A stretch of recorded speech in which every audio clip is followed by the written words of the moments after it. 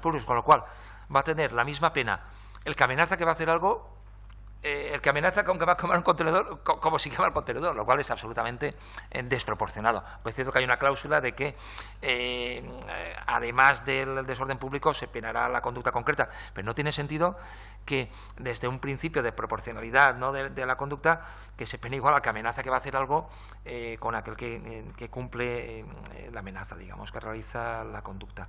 Se elimina la finalidad de atentar contra la paz pública, porque la jurisprudencia, en muchos casos, exigía que hubiera una intención de alterar realmente el orden público, porque a veces no hay una intención, pero hay un tipo de protesta que puede desembocar en alteraciones objetivas, aunque subjetivamente no se tenía esa intención. Pues eso ahora también se pretende castigar de la misma manera. Hay todo tipo de agravaciones de penas en cuanto a lanzamientos de objetos de todo tipo, y especialmente se introduce un tipo agravado que castiga los desórdenes públicos con una pena mucho más elevada cuando se producen en el marco de una manifestación. Claro, por su propia naturaleza, lo más normal es que los desórdenes públicos se cometan habitualmente cuando hay una manifestación. Uno individualmente puede, quizás en un estado de afección por el alcohol, irse al centro de la plaza del ayuntamiento y montarla, ¿no? Pero no es normal. Lo más normal es que esto se produzca en el curso de la manifestación. Entonces, lo que hace el Gobierno con su propuesta es castigar los desórdenes públicos como regla general al curso de la manifestación con pena de prisión de hasta 6 años. Me parece absolutamente desproporcionado. Actualmente la pena es de 6 meses a 3 años.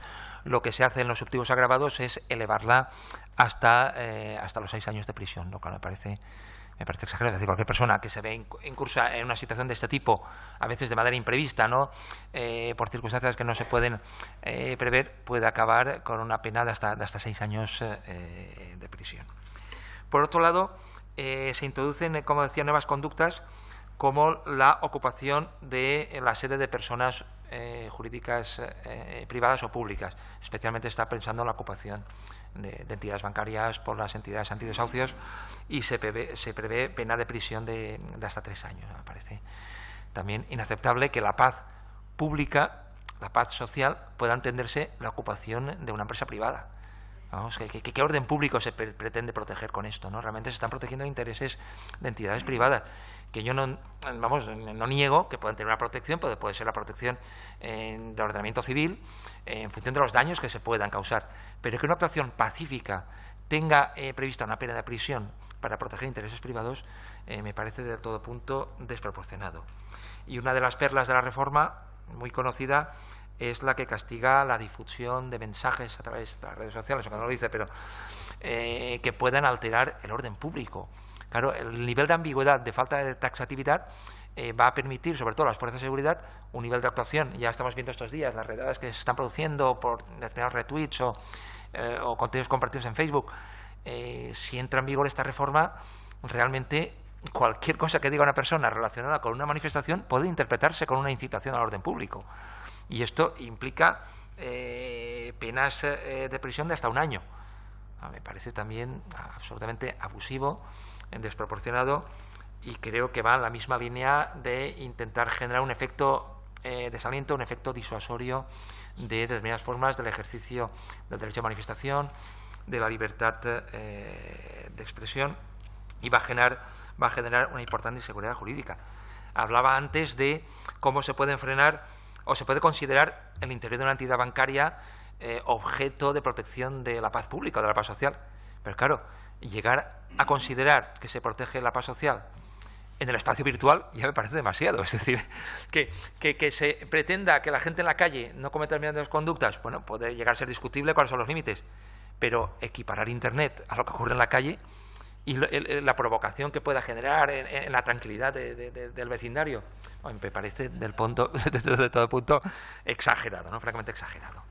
Con carácter complementario, la Ley de Seguridad Ciudadana, a carácter complementario, no me lo invento, lo dice el propio Ministro del Interior, complementa todas estas previsiones. Como decía antes, no existe un problema en nuestro país de seguridad, por tanto, la reforma o el anteproyecto de la nueva ley no va dirigida a que la gente esté más tranquila, sino más bien a que los gobernantes estén más tranquilos, porque la gran mayoría, como se ha apuntado antes, de las múltiples conductas castigadas tienen que ver con el ejercicio de la libertad de expresión y con el derecho de manifestación. ¿Qué es lo que se castiga? ¿Y por qué? Yo creo que hay un precedente muy interesante que se ha comentado poco. Se ha hecho más énfasis en considerar que para el gobierno el ciudadano que protesta es el enemigo y que, por tanto, se buscan ahí unos estados de peligrosidad que hay que controlar, y se ha equiparado esto a la ley de vagos y maleantes. No está mal porque suena de esta manera, pero yo creo que el precedente más claro, yo creo que es absolutamente claro, es la Ley de Orden Público de 1959. La Ley de Orden Público, ¿qué es lo que castigaba? Vamos, lo leo porque creo que vale la pena. Creo que vale la pena leerlo. En su artículo 2, pues castigaba las conductas que atentasen contra la unidad espiritual, nacional, política y social de España. Esto es lo que castigaba la ley. ¿Y esto qué quería decir? Bueno, un concepto indeterminado, pero creo que puede ser determinable. Pues lo que molestara al régimen, fundamentalmente. Es decir, aquello que molestara al régimen podía ser castigado. Y el sistema consistía en que eran los gobernadores civiles los que podían imponer multas elevadísimas de hasta 500.000 pesetas a ciudadanos que no tenían posibilidad de defenderse, porque ni siquiera había recurso ante los tribunales, que, como todos sabemos, no tenían como uno de sus conceptos centrales la independencia judicial. Es evidente que no es lo mismo. No quiero comparar la democracia actual, con todas sus limitaciones, con el régimen franquista, pero sí que es cierto que cuanto más nos aproximemos a aquello, nuestra democracia será de peor calidad. Y, por tanto, todo lo que sea blindar cualquier tipo de régimen ante protestas siempre nos acercará más a un régimen sin libertades que a un régimen sin libertades, con libertades. Por tanto, dejo sobre la mesa la reflexión de lo peligroso que es que nos aproximemos a conceptos indeterminados de este tipo y las consecuencias que pueden tener para nuestra democracia. Los peligros, si voy resumiendo telegráficamente, que detectamos: por un lado, la competencia para imponer sanciones que tienen que ver con el ejercicio de libertades reside en la administración pública y en la autoridad gubernativa, hasta el extremo que incluso puede castigar conductas relacionadas con la propia campaña electoral. Se centra mucho la reforma en lo que se puede hacer en la jornada de reflexión, lo que se puede hacer en campaña electoral, pero esto debe ser la Junta Electoral, que es imparcial, la que resuelva sobre cuándo hay infracciones. Lo que no puede ser es que el gobierno, a cuyo frente está un partido político, pueda actuar sobre lo que hacen otros partidos políticos en su propio beneficio. Por otro lado, se plantean sanciones elevadísimas, hasta 600.000 euros, que van a generar un efecto disuasorio en el ejercicio de las libertades, con un control judicial a posteriori y tardío, con imposición de tasas. La Administración amplía los supuestos de privaciones de libertad, la retención, los controles y registros, y también ha previsto la posible detención por la policía en caso de infracciones administrativas, lo cual es abiertamente inconstitucional. Vamos, estoy completamente seguro de esto. En la ley definitiva, si llega a aprobarse, se eliminará, y si no, el artículo 25.3 dice claramente que la Administración no puede imponer ningún tipo de privación de libertad, ni de manera directa ni indirecta. Y en cuanto a las conductas concretas, se castiga las manifestaciones ante edificios públicos o el Congreso, Senado, las asambleas legislativas de las comunidades autónomas, las manifestaciones no comunicadas, las que se hagan ante infraestructuras críticas como aeropuertos, centrales nucleares, aunque no perturben ni siquiera su funcionamiento, simplemente es lo que hablábamos antes, o ante el propio Congreso, aunque no alteren su funcionamiento y aunque no estén reunidos. Esto que hablamos de la libertad como fundamento de la seguridad ciudadana. Si no se perjudica a nadie, si no hay ninguna alteración de ningún bien jurídico, ¿por qué se va a castigar a una persona simplemente porque ejerza su derecho de manifestación? Es decir, este es el orden público de un régimen sin libertades o de una sociedad democrática, ¿no? Pues, esto es un poco el eje de algunos problemas que comentaba. La organización de tenderetes, acampadas, molestias a peatones en la acera, es evidente en qué se está pensando, cuando incluso la perturbación de un peatón que va por la acera, cuando haya una concentración, puede ser castigada. Y luego se despenalizan las faltas, que es una cosa de la que se ha presumido especialmente, pero es falso. Hay unas faltas que no se despenalizan y se convierten en delito, con lo cual la pena es mayor y pueden generar antecedentes penales en función de cómo se regule. Y las faltas que se despenalizan tienen un castigo mayor que el que tienen en la actualidad. Por ejemplo, la desobediencia a un agente de la autoridad. Yo como juez de instrucción, y la mayoría dictamos penas parecidas, la pena en función de la capacidad económica es entre 100 y 200 euros aproximadamente. Y ahora se pretende castigar con multa de entre 1.000 y 30.000 euros. Es decir, y esto con todas las faltas se despenalizan, pero la sanción es mucho mayor sin ninguna garantía, porque no son jueces quienes deciden, sino que es la propia administración que es juez y parte. Y finalmente, una de las estrellas de la reforma es la posibilidad de impedir que se puedan grabar imágenes de los agentes, y además de manera muy detallada se regula que se podrá incautar inmediatamente el material de grabación antes de que se pueda difundir a través de YouTube o de otras redes sociales. Yo creo que esto tampoco supera el test de constitucionalidad, porque es prevalente al derecho al honor y a la intimidad y a la propia imagen de los agentes. Debe prevalecer en todo caso el derecho a la información y efectivamente el derecho a la sociedad a poder captar posibles abusos en la actuación de las fuerzas de seguridad. Bien, y acabaría con un par de reflexiones. Por un lado, todas estas reformas lo que plantean es toda una serie de restricciones de las libertades y de los derechos fundamentales que van a provocar un efecto disuasorio en el ejercicio de los mismos. Además, van a aumentar de manera enorme el grado de discrecionalidad policial. El hecho de que se aumenten las penas de muchas de estas conductas va a permitir a la policía que pueda actuar de manera preventiva, aunque luego la cosa quede como quede, pero de partida muchas de estas conductas van a favorecer muchísimas actuaciones preventivas. Al mismo tiempo, demuestran una desconfianza importante en los tribunales por parte de la Administración, porque muchas de esas manifestaciones, como el archivo de Pedraz del 25S, el archivo de los escraches pacíficos o de actuaciones antidesahucios, ha molestado especialmente a nuestros gobernantes, como se ha visto, ¿no?, por todas las reacciones que han tenido, y lo que se pretende es sacar de los tribunales determinadas conductas para poderlas castigar directamente desde la Ley de Seguridad Ciudadana.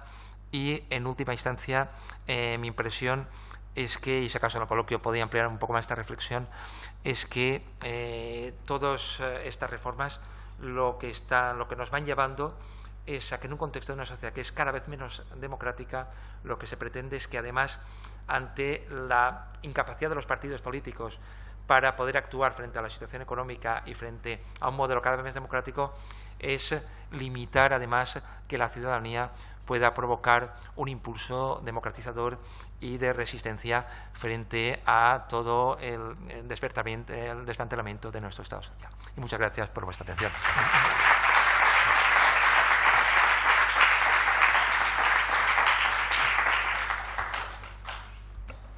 Pues muchas gracias. Se me ha olvidado comentar que no habíamos elegido el 15M, que es 15M hoy adrede, sino que fue el día que nos dio el Colegio de Abogados, pero que efectivamente esta tarde a las 6 había una convocatoria en la plaza del Ayuntamiento por parte para celebrar, estaban creo que reunidos en asamblea movimientos afines al 15M, y creo que la autorización, que no es autorización, sino la notificación, imagino, porque no cabe autorización de las manifestaciones, la notificación era de 6 a 9. A las 9 entendemos que se acabará esa notificación, porque no es autorización. Imagino que dispersarán, no lo sabemos, pero supongo que sí que intentarán disolver a partir de las 9 lo que haya. De hecho, algunas personas ya me han comentado que se van de aquí a allí, a la plaza del Ayuntamiento. Pero bueno, nada, vamos a abrir un turno de palabras. Nos gustaría que hubiera bastante debate, porque estamos además justo en una semana en que yo creo que la reforma no les da tiempo, van a tener que cambiarla porque se les ha olvidado regular lo que están viendo esta semana, que son las redes sociales. O sea, la gente puede salir a la calle a protestar, pueden cortar estas protestas, pero la libertad de expresión va a fluir por otro lado, fluirá en este caso por las redes sociales, que también están intentando cortar. Quiero decir que la libertad de expresión no se puede al final coartar fácilmente. Y bueno, pues eso, en la reforma no pone nada en las redes sociales ni del tema Internet, pero vamos, que esa va a ser la siguiente forma de expresarse, ¿no?, de la gente. Bueno, ¿alguien quiere comentar algo? Espero que sí, que muchos.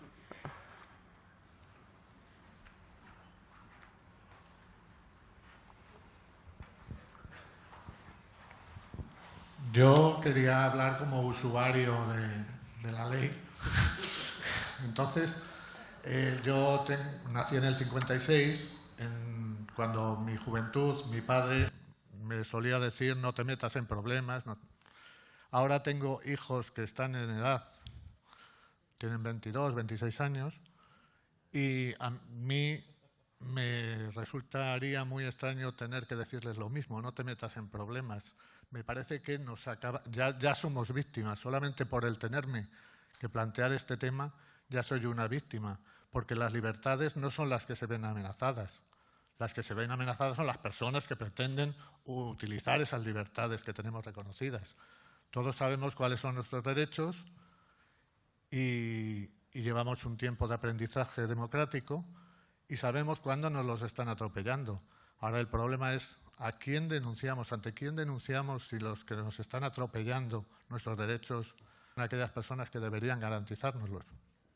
Pues eso es, como usuario, pues a mí me preocupa mucho por mi seguridad familiar que me puedan meter una multa de 30.000 euros, porque no los tengo. O me preocupa mucho que mi hijo mañana pues tenga que ir a verle a Picassent, cuando resulta que éramos unas personas de órdenes.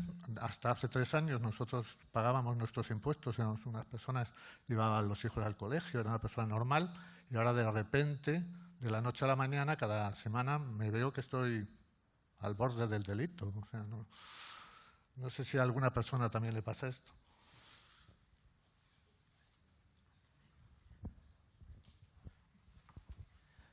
Bien, buenas tardes. Al hilo de, bueno, precisamente al hilo de la última intervención y sobre todo de la de Joaquín Bosch, estaba planteando una reflexión y aprovecho la ocasión que tengo aquí representantes de lo que yo considero que es la sociedad civil. Tenemos una organización como es Amnistía Internacional, tenemos aquí a abogados, una asociación, un representante de una también asociación de jueces y magistrados, y precisamente por una preocupación que también tengo respecto de que, en cierto sentido, un poco más, algún miembro del gobierno le va a traicionar el subconsciente y en vez de desórdenes públicos va a decir su versión. Es lo último que nos va a faltar para que nos volvamos a blanco y negro. Lo decía como consecuencia de que, habiendo aquí representación de sociedad civil, me ha hecho en falta un poco el hecho de que quiénes son precisamente los que pueden promover la defensa de las libertades públicas, y máximo cuando precisamente se está presentando un informe que es España, el derecho a protestar amenazado. Se presenta, y puedo decirlo porque estoy en mi casa, se presenta en el Colegio de Abogados y tenemos el quórum que tenemos, y lamento decirlo. No he visto una promoción, pero sí por lo menos un anuncio con cierta dignidad dentro de lo que es las publicaciones que periódicamente recibimos en nuestros correos electrónicos como abogados. Lo decía desde el momento que tenemos los derechos a protestar amenazados. Hay una cierta abdicación, entiendo yo, que puede haber por parte de ciertos miembros del estamento judicial. No puede ser que haya jueces y magistrados que todavía en el año 2012, 2013, 2014 hablen todavía de manifestaciones no debidamente comunicadas, no debidamente autorizadas. De ahí lo que comentaba, solamente falta un término para que volvamos al blanco y negro de los 70. No puede ser que efectivamente haya administraciones, delegaciones del gobierno que actúen como juez y parte. No puede ser gobiernos que estén intentando crear una legislación en la cual cojan el icono que tenemos todos nosotros, que es el de la justicia, que es la balanza, y en una balanza nos pongan la presunta protección de un presunto orden público que está presuntamente, permitidme la expresión, está presuntamente en peligro, y al otro lado haya unos reprimidos que se les está incluso vaciando su derecho a considerarse reprimidos. Se les niega, o se les ignora, cuando no, se les niega su condición de reprimidos. Pero es que entiendo también que hay una cierta abdicación respecto de quienes son el máximo defensor de los derechos y libertades de la Constitución española. No puede ser que haya un Tribunal Constitucional que muchas veces, de forma sistemática, cuando se plantea un recurso de amparo, esté diciendo su recurso, usted no ha acreditado que su recurso tenga trascendencia constitucional. Me ha ocurrido en varias ocasiones y una de dos, o soy un negado a la hora de plantear al Tribunal Constitucional un recurso de amparo o alguien me está estafando. Y las dos alternativas, la verdad es que me dan miedo, una y otra, en todo, una y en su conjunto.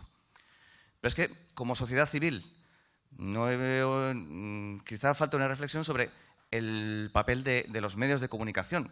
Sí que se ha mencionado, en cierta manera, en el sentido de que son los medios de comunicación los que están ayudando a difundir una cierta sensación de temor, de que está pasando algo grave. Cuando, como ha reflexionado, entiendo acertadamente Joaquín Bosch, que no es así, que la realidad es distinta.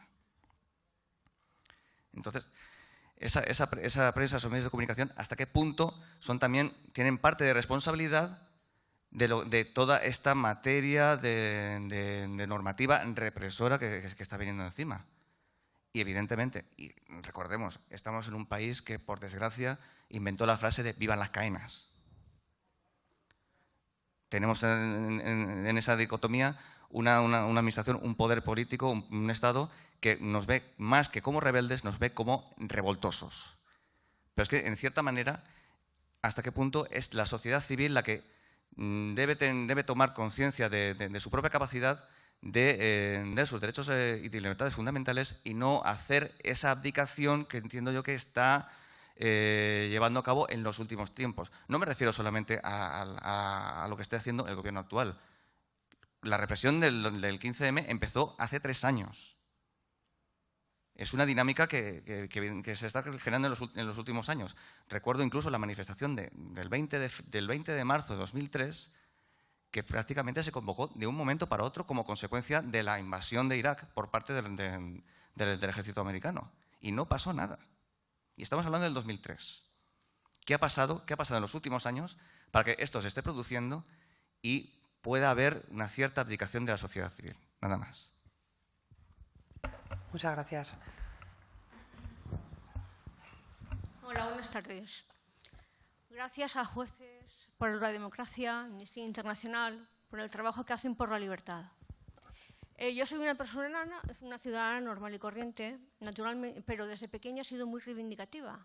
Ahora que tengo muchos años, pues tengo experiencia en la reivindicación argumentada. Todo lo hago por escrito. Y os tengo que decir que me he visto sola muchísimas veces. Lo que ocurre es que la edad me ha curtido y no me importa. O sea, lo que sí que me irrita profundamente es que vosotros, que estáis luchando por la libertad, que ha salido en Facebook, yo me he enterado por mi Facebook. Entonces, que la oposición, todos los partidos de la oposición, mayoritarios y minoritarios, que se han enterado como yo, por Twitter y por las redes sociales, no hayan hecho la suficiente difusión por lo que estáis haciendo vosotros y esto no lo hayan llenado.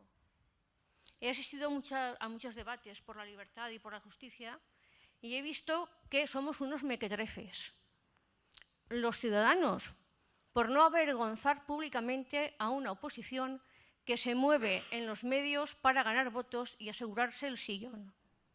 La libertad es mucho más que todo eso. Los partidos políticos a que los ciudadanos que no saben defenderse recurren tienen que asumir la defensa del ciudadano que vota. Es que nuestro voto se nos tiene que respetar. Entonces tú vas a una administración pública y a Hacienda, vas a defender tus derechos ante una injusticia, a cualquier sitio. Y entonces te ves sola, te ves desprotegida, te vas a un diputado, te vas a un concejal y resulta que o no quieren o no saben defender al ciudadano. Pero es que ni siquiera movilizan a la gente para que esto esté lleno. Es que es una vergüenza. Y simplemente quería pues, incidir en esto, en que yo soy reivindicativa, me moriré así, pero cada vez me indigno más, pero con el sistema de los fascistas que nos gobiernan ahora, que quieren volvernos al tiempo de las cavernas, como con la oposición, que luego no da la talla. Simplemente era eso. Gracias por lo que sois vosotros. Gracias a ti.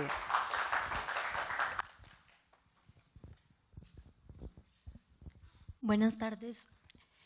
Bueno, me pareció muy interesante los diferentes comentarios y realmente me han suscitado muchas preguntas e inquietudes. Una primera cosa que yo sí creo que hay que destacar, que es un gran problema y es muy peligroso, es el analfabetismo jurídico. Si un ciudadano no conoce su legislación, si no conoce cómo funcionan las leyes, pues más fácil es carne de cañón de cualquier acción por parte de las fuerzas de seguridad. Un segundo aspecto que no soy abogada, pero que puedo derivar de lo que ustedes han señalado, es que de alguna manera se está planteando una ley que rompe lo que son las normas constitucionales, lo cual cuando se ha requerido que se hagan esos cambios para cuestiones económicas, el gobierno sí ha cedido, por un lado. Y por otro lado, es curioso que eso pase cuando uno escucha en la radio todo el tiempo cómo todos los políticos del partido que sea están reivindicando todo el tiempo la Constitución española.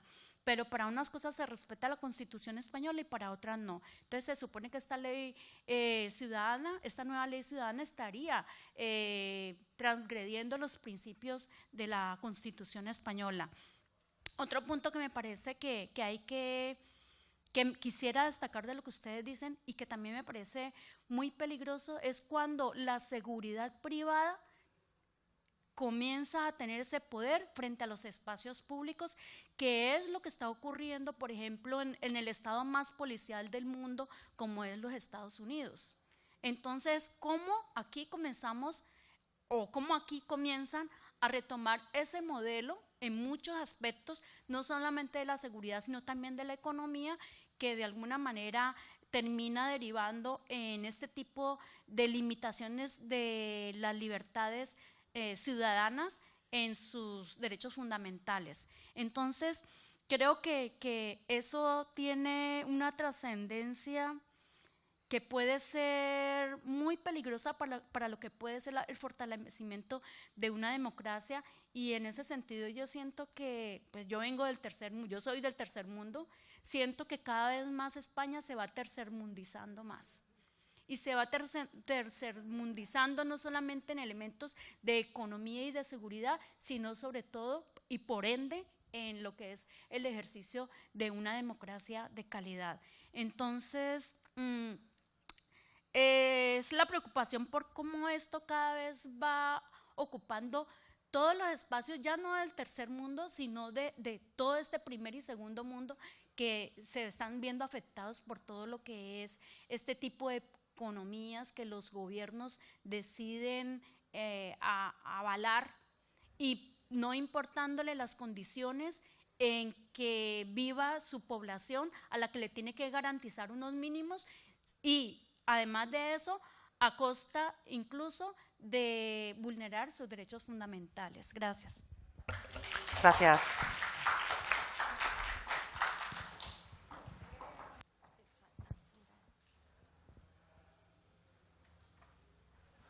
Hola, bona vespre. Jo volia preguntar a qualsevol dels quatre ponents una pregunta molt directa. Què se podria fer per frenar l'avantprojecte o l'aprovació d'aquesta llei? Quins instruments n'hi ha? Ja siga políticament, ja ves que els partits polítics no se manegen molt. Jo diria que sobretot judicialment o internacionalment o de manera comunitària, o com se podria frenar l'avantprojecte perquè no arribara a aprovar-se aquesta llei? Gràcies.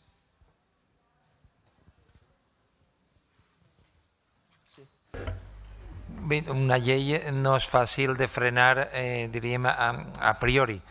A posteriori, alguns dels seus articles se pot plantejar una qüestió de constitucionalitat davant el Tribunal Constitucional, sobre el qual les meves expectatives personals tampoc són per a tirar les campanes al vol, tot s'ha de dir. És a dir, que estem en un país amb totes les instàncies de control intermitges que en un moment donat han servit de contrapès en alguns espais davant l'acumulació de poder, cada vegada estan més polititzades, dic polititzades en el pitjor sentit de la paraula, en el sentit de partitocràcia, no?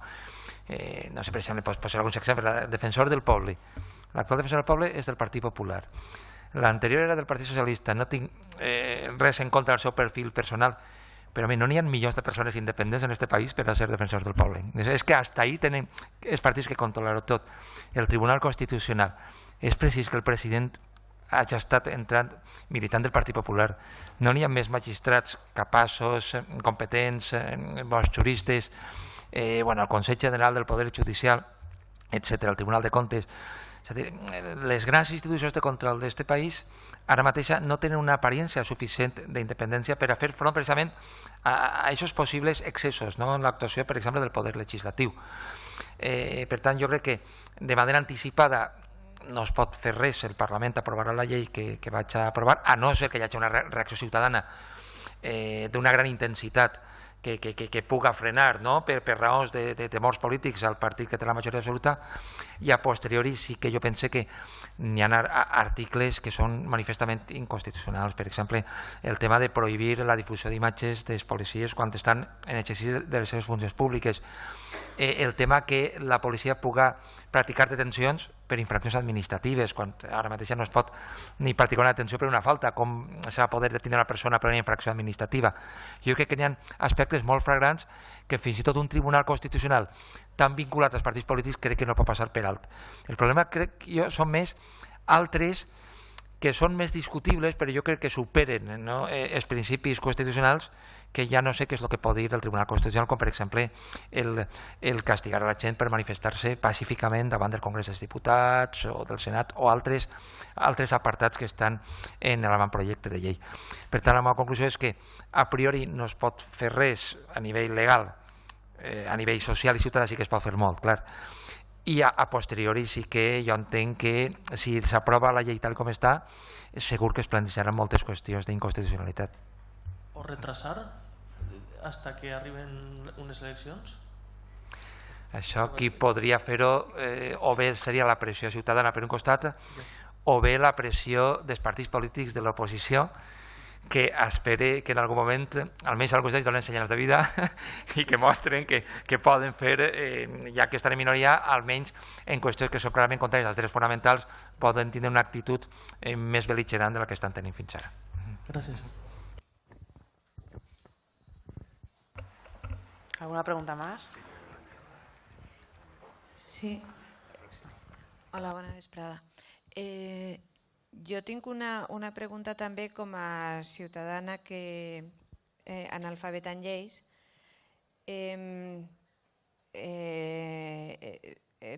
Respecte a este nou paper de la seguretat privada amb atribucions de policia, que per lo vist l'avantprojecte de llei introdueix, què se suposa, quin paper se suposa que pot tindre una seguretat privada? És a dir, en tot aquest món de la sanció administrativa on resulta que l'afirmació de la policia és llei, té presumpció de veracitat, això s'aplicarà exactament igual als membres de la seguretat privada? I l'altra pregunta que tinc, quin és el pla previsible d'aplicació, de promulgació de la llei que s'està preparant ara, perquè vist que no hi ha un moviment ciutadà tan potent com voldríem per a poder-la parar.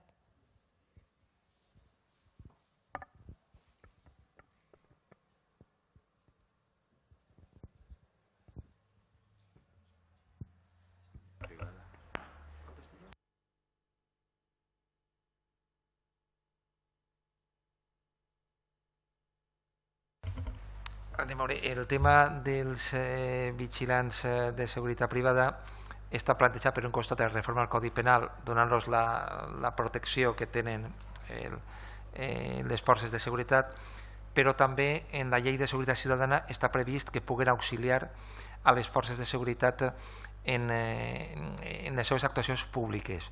Fins ara, els vigilants privats podien auxiliar-los en actuacions en espais tancats. El que es prevé és que puguen ajudar, per exemple, en la dissolució de manifestacions, per exemple. Això és un projecte. En la llei de seguretat privada estava en termes pareguts, però se va generar molt de conflicte precisament per els problemes que pot donar això, i a última hora hi hagué un pacte entre el Partit Popular i Convergència i Unió, i això se va retirar i se va quedar a expenses de lo que es pugui aprovar en la llei de seguretat ciutadana, que de moment està que poden actuar en l'espai públic en col·laboració amb les forces de seguretat, i ja veurem al final del recorregut parlamentari com queda. Ahir, com sabem, hi ha moltes pressions dels lobbies de les empreses de seguretat que estan molt ben connectades en determinats espais per a acabar de privatitzar un servei públic en última instància, com és també la pròpia seguretat. Respecte als terminis per a que pugui ser aprovat, estan complicats perquè el Codi Penal i la llei de seguretat són necessàriament complementaris, no sols per raons d'interès polític, que n'hi ha, sinó per raons estrictament jurídiques. Si se despenalitzen les faltes, n'hi ha moltíssimes conductes que es quedarien sense càstig. Per exemple, les desobediències lleus a policies o les faltes de respecte o tota una sèrie de faltes, el deixar animals sols que poden causar mal. N'hi ha tota una sèrie de faltes que només té sentit que es despenalitzen si van a passar a la llei de seguretat ciutadana. Per tant, en teoria haurien d'aprovar-se més o menys al mateix temps, però hi ha un problema, que és que el Codi Penal ja està en el Parlament i en plena discussió. És un projecte de llei aprovat que està ja discutint-se al Congrés dels Diputats. Però la llei de seguretat ciutadana jo no minimitzaria la resposta social, que de vegades els que són persones compromeses i actives es pot semblar insuficient, però segurament per a qui governa sempre és massa, sempre voldria que fos menor, no? I la llei de seguretat ciutadana sí que ha generat unes reaccions molt fortes en la societat que al govern l'estan fent dubtar de què és el que vol fer, i per això està molt més retardada. És un avantprojecte, és a dir, és un esborrany ara mateixa, no és ni un projecte de llei per anar al Parlament. Per tant, tindrà que anar al govern altra vegada, aprovar-se un projecte de llei i entrar en el Parlament en mesos de retard respecte a la reforma del Codi Penal. Jo també veig dubtes en que pugui aprovar-se en aquesta legislatura. De fet, la reforma del Codi Penal n'hi ha gent optimista que creu que sí i altres que no són tan optimistes. Jo crec que també dependrà molt d'equilibris polítics dins del partit majoritari. És a dir, que el tope hauria de ser quasi en juny, juliol de l'any que ve, perquè si les eleccions foren en novembre ja s'està rumerejant que igual se'n van a gener o febrer del 2015, però si en principi foren a finals de l'any que ve, segurament no hi hauria nou període de sessions parlamentari i s'hauria d'aprovar en el termini d'un any aproximadament. Jo veig el temps que està molt just, però bueno, en política tot és possible. La República Popular de Xina va pegar un susto al govern espanyol dient-li que no compraria més deute públic, com no eliminara el genocidi de la llei orgànica del Poder Judicial, i en 2 mesos se va aprovar la reforma més ràpida d'eixa natura que s'ha aprovat mai. És a dir, que quan hi ha voluntat política i molta por i moltes ganes, tot es pot fer molt ràpidament. Gracias. Blanca, creo que... Vale.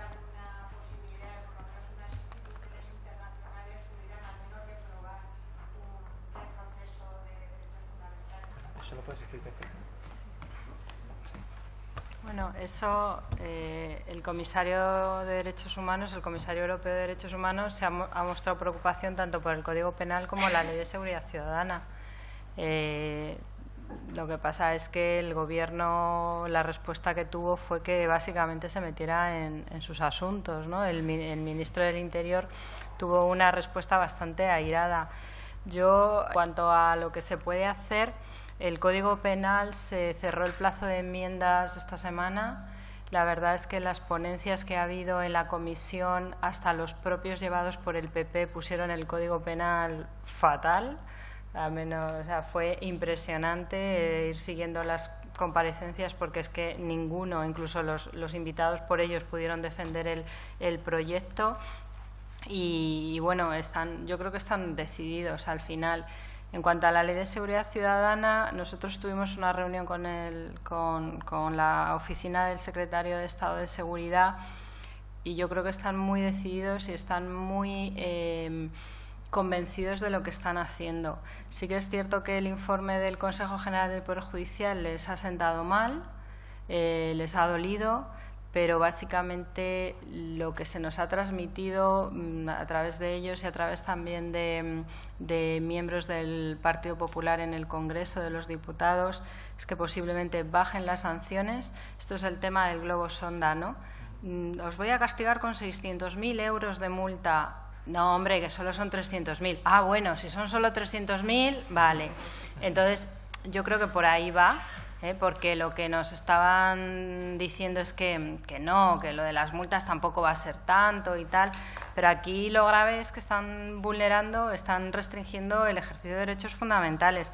A la exposición que hacía antes Joaquín y también Vicente, lo hemos comentado, ¿no? Desaparece en el artículo 16 de la Ley de Seguridad Ciudadana, bueno, cambia todo el articulado, pero desaparece, por ejemplo, la obligación de las fuerzas de proteger el ejercicio de las manifestaciones, y en el Código Penal también desaparece el impedimento del ejercicio de derechos cívicos.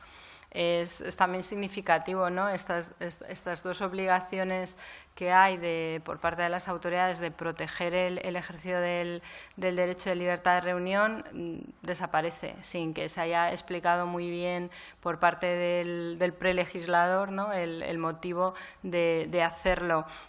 No sé cuál es la solución. A mí también me preocupa, por ejemplo, yo estoy en contacto con abogados que están intentando presentar recursos de protección de derechos fundamentales. Hablo de Madrid, no sé cómo está la situación aquí, y no se está consiguiendo nada. Y todos los pocos casos que se están llevando, al final el juez nunca aprecia, el juez de lo contencioso administrativo nunca aprecia protección de derechos fundamentales y termina a lo mejor archivando la multa porque el policía no se ratificó o por cuestiones completamente formales.